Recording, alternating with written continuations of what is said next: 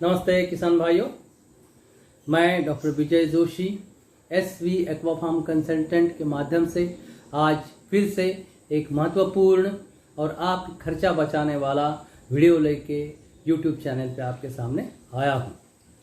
आज का विषय है मछली पालन में फीड का खर्चा कैसे कम करें। देखो, जब हम एक्वाकल्चर करते हैं, फिश फार्मिंग करते हैं, तो हमें खर्चा कम करना चाहिए जहाँ भी कर सकते हैं, ताकि हमारे प्रॉफिट मार्जिन बढ़ जाए। अभी देखिए, मछली पालन में दरमियान जो खर्च होता है, जैसे बिजाई है, हमारा फीड का खर्चा है, इलेक्ट्रिसिटी है, मेडिसिन है, लेबर है, ये सब जो बातें हैं, इस पे जो खर्च टोटल खर्चा होता है, इसमें से 60 से 70% खर्च ये सिर्फ हमारे फीड पे होता है। इसका मतलब सबसे ज़्यादा खर्चा जो है वो फीड पे होता है। और अगर हम ये खर्चा थोड़ा सा कम कर सके तो हमारे प्रॉफिट में, हमारे मुनाफे में बढ़ोतरी हो सकती है। तो देखिए, मछली के फीड जो है ये 3 किस्म के होते हैं। पहला तो है नेचुरल फीड, जो तालाब में उपलब्ध है, हम तैयार करते हैं, या इसको प्लैंकटन भी बोलते हैं, ये पहला है। दूसरा फीड तो है गीला फीड, वेट फीड बोलते हैं, जो हमारा जो किसान भाई है ये खुद तैयार कर सकता है अपने ही फार्म पे और फिश को फीड कर सकता है। लेकिन जब आपका फार्म छोटा है तभी ये संभव होता है। जब आपका फार्म बहुत बड़ा है, मतलब 1 एकड़ है, 2 एकड़, 5 एकड़ है, तो इसमें तो रोज खाना बनाना और उनको देना ये संभव नहीं होता। तो ऐसे समय में हमें पेलेटेड फीड या आर्टिफिशियल फीड या दाने वाला फीड ये हमें उसे देना पड़ता है। तो आज मैं जो बात करने वाला हूँ ये दाने वाले फीड के बारे में ही करने वाला हूँ।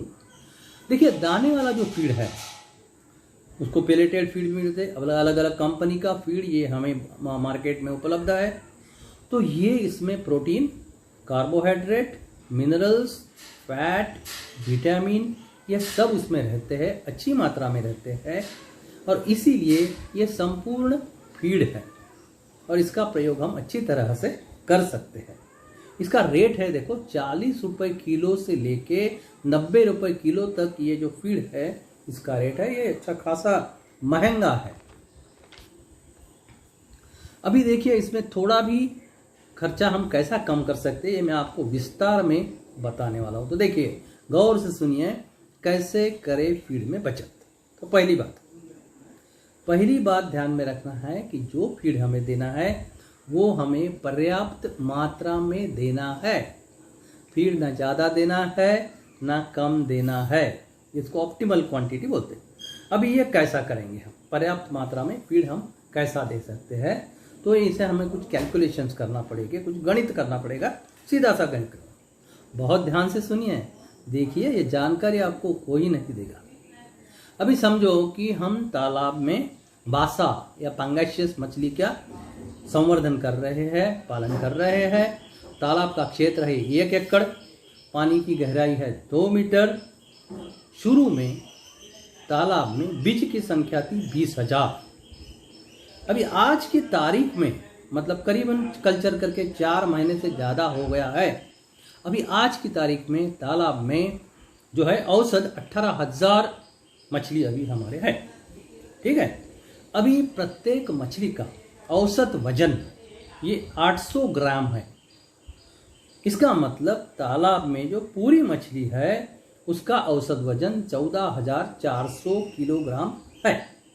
अभी इस मछली के वजन का 2% खाना या फीड हमें रोज मछली को देना है। तो ये 2% होता है 288 किलो।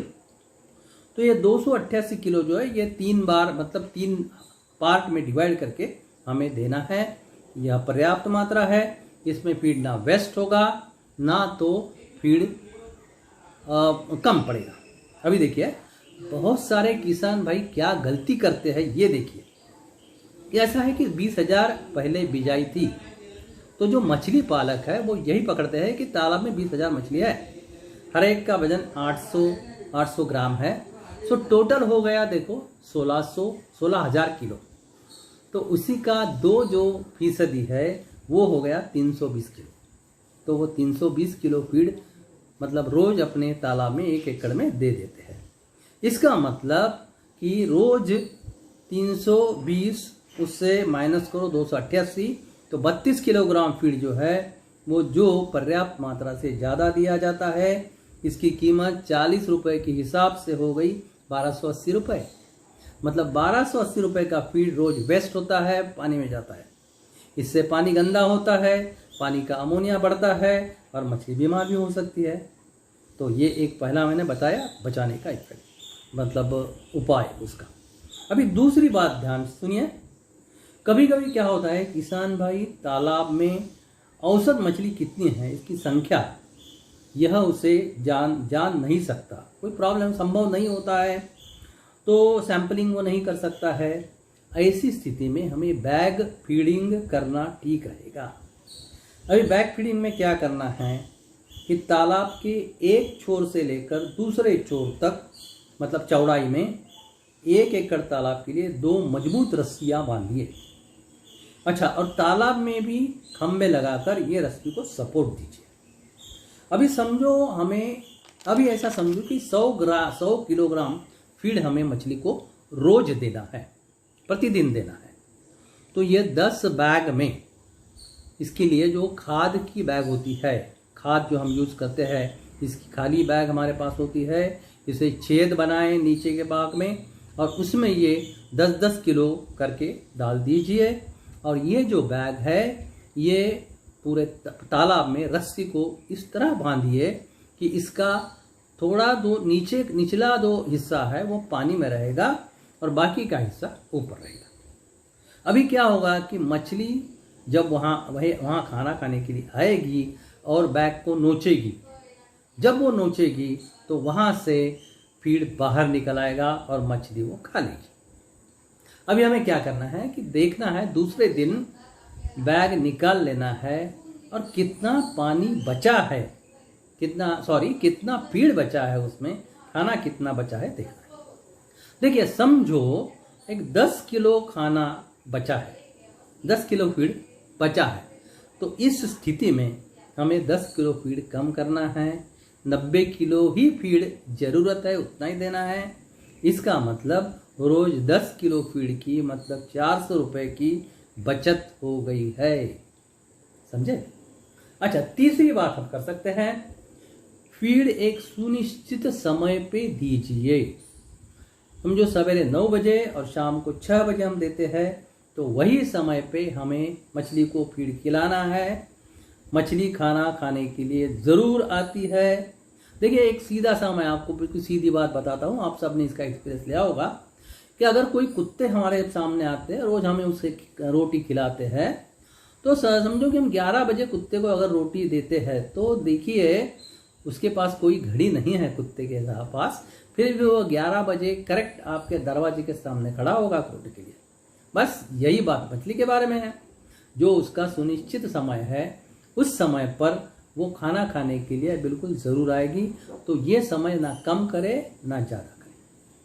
अच्छा, चौथी बात बहुत महत्वपूर्ण बात है। ये बात ऐसी है कि पानी की कंडीशन क्या है, फिश की कंडीशन क्या है।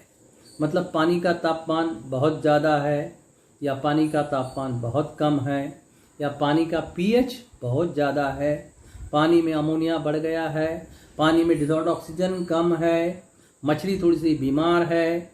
इन स्थितियों में मछली फीड ज़्यादा खाएगी नहीं। फीड का जो मात्रा है, फीड का जो डोज है वो कम कीजिए और फीड की बचत कीजिए। आप फीड डालेंगे, मछली वो नहीं खाएगी और वो सीधा तालाब के नीचे जाके गंदा होगा, सब सड़ जाएगा। अच्छा, अभी पांचवी बात बहुत महत्वपूर्ण बात है। ये ऐसा है कि अगर आपका तालाब बहुत बड़ा है, मतलब 2 एकड़, 5 एकड़, 3 एकड़ ऐसा है, तो इस स्थिति में हम फीडिंग लाइन लगा सकते हैं, फीड लाइन लगा सकते हैं। देखिए क्या है, पानी के ऊपर 3 से 4 फीट तक रहेगी ऐसी रस्सी तालाब के एक छोर से दूसरे छोर तक हमें बांधना है। देखिए इसको फीडिंग लाइन कहते हैं। अगर 3 एकड़ का हमारा तालाब है तो इसमें 4 फीडिंग लाइन हमें डालना ज़रूरी है। 4 फीडिंग लाइन का उपयोग कीजिए। अभी जो फीडिंग का हमारा टाइम है, जो हमारा वक्त है, उस वक्त कश्ती में बैठकर 2 आदमी तालाब में जाए और फीडिंग लाइन के बराबर नीचे मछली को फीडिंग करते जाइए। मछली को इसकी आदत होती है और मछली वहाँ फीडिंग करने के लिए झुंड में आती है। देखिए, एक्सपीरियंस कीजिए। ये सब बातें बोल रहा हूँ, ये पूरा मेरा 35 साल का अनुभव है। मैंने ये फार्म में खुद मैंने देखा है कि ऐसा होता है कि वो झुंड में आ जाती है और तुरंत ही खाना खा लेती है।